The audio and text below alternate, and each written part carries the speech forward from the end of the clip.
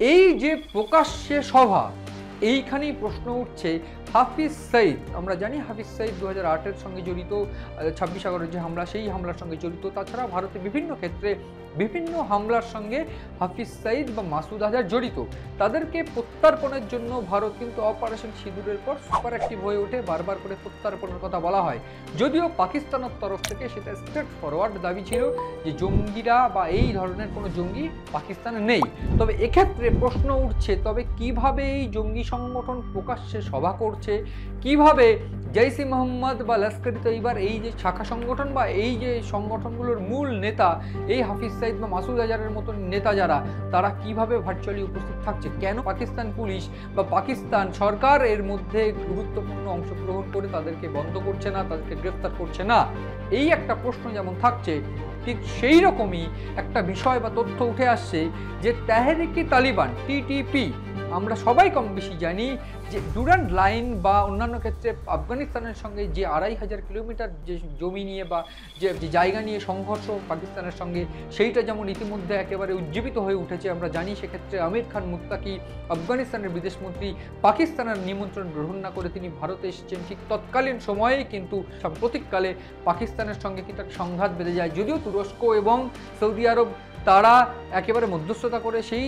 যুদ্ধবিরতি করলেও বারবার করে কিন্তু আমরা দেখেছি সেই যুদ্ধবিরতি ভেঙে ফেলার প্রবণতা কিন্তু পাকিস্তানের রয়েছে, বা আফগানিস্তান অর্থাৎ তেহরিকে তালিবান তারা পাল্টা জবাব দিয়েছে। এবং বারবার করে পাকিস্তানের তরফ থেকে অভিযোগ করা হয়েছে যে এই চাল সমস্তটাই নাকি ভারতের। ভারত যদি চাল চেলে থাকে সেক্ষেত্রে এটা পরিষ্কার যে ভারত কিন্তু তাহলে পাকিস্তানকে ঘিরতে শুরু করেছে, এবং সেই ভয়টাই কিন্তু পাকিস্তান পাচ্ছে। আমরা একেবারে প্রকাশ্যে এই কথা বলতে শুনেছিলাম পাকিস্তানের বিভিন্ন মন্ত্রিত্বের তরফ থেকে। এবং এই যে জায়গাটা, সেই জায়গায় পাকিস্তান কিন্তু বুঝতে পারছে যে কোনো রকমভাবে সৌদি আরবের সঙ্গে সামরিক চুক্তি থাকলেও সৌদি আরব কিন্তু ডিরেক্ট ইনভলভ হচ্ছে না, তার কারণ এখানে ভারত জড়িত, আফগানিস্তান জড়িত। এইটা একটা পার্ট হলেও অন্যদিক থেকে আমেরিকাও কিন্তু কোনোভাবে ডিরেক্ট ইনভলভমেন্ট করবে না, তার কারণ জিওপলিটিক্যালি আমেরিকা কিন্তু বিপদে পড়তে পারে। ঠিক এই স্ট্যান্ডে একটা কথা আমি বলে রাখতে চাইবো, আমেরিকা এবং রাশিয়ার পর ভারতের এয়ারফোর্স যখন তৃতীয় শক্তিশালী এয়ারফোর্সে পরিণত হয়েছে, ঠিক তখনই ভারতের এয়ারফোর্স এবং অন্য দিক থেকে আফগানিস্তানকে ভয় পেতে শুরু করেছে পাকিস্তান। এবং ঠিক এই কারণের জন্যই তারা কিনা বিভিন্ন জঙ্গি সংগঠন লস্কর ই তৈবা এবং হাফিজ সঈদ তাদেরকে এইবার মোটিভেট করে তাদেরকে পুনর্বহাল করার চেষ্টা করছে। আমরা সবাই জানি অপারেশন সিঁদুরের পর যে 9টি জঙ্গি গোষ্ঠী, 9টি জঙ্গি ঘাঁটি ভেঙে ফেলা হয়েছিল ভাওয়ালপুর, মুরিদকে বিভিন্ন যে জায়গাগুলোতে, সেইখানে লস্কর ই তৈবা থেকে জৈশ ই মোহাম্মদের যে সদর দপ্তরগুলো ছিল সেইগুলো ভেঙে গুড়িয়ে গেছে, প্রশিক্ষণ শিবির ভেঙে গুড়িয়ে দেওয়া হয়েছে।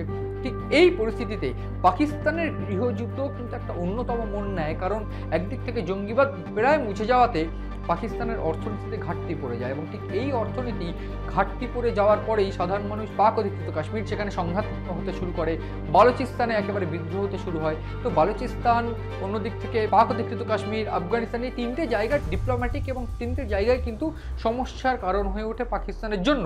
এবং ঠিক এই কারণে পাকিস্তান বুঝতে পারলো যে বাঁচার উপায় একটাই, এবং সেইটা হচ্ছে জঙ্গিবাদ ফের পুনর্বহাল করে জঙ্গিদের একেবারে পোষণ করে আবার তৈরি করতে হবে, যেটাকে বলে পুনরুদ্ধার করা, যেরকম ছিল ঠিক সেই রকম আরো শক্তিশালী করে তোলার চেষ্টা।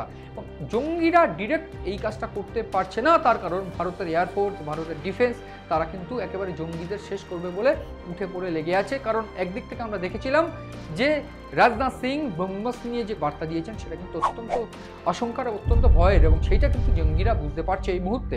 ঠিক এই জায়গায় একটা জিনিস পরিষ্কার হয়ে যাচ্ছে যে 2রা নভেম্বর পাকিস্তানে যে প্রকাশ্য সমাবেশ অনুষ্ঠিত হতে চলেছে, সেইখানে কিন্তু সাইফুল্লাহ কাসুরি, আব্দুল রউফ বা মাসুদ আজহার বা অন্যান্য ক্ষেত্রে হাফিজ সঈদের মতন নেতৃত্বরা বক্তৃতা রাখবেন, এবং সেইখানে জামাতুল মুমিনাত বা যেটা মহিলা সংগঠন জৈশ ই মোহাম্মদের, তাদেরকে সুপার অ্যাক্টিভ করা, তাদেরকে বক্তব্য দেওয়ার জন্য কিন্তু একটা পরিষ্কার ছক তৈরি হচ্ছে।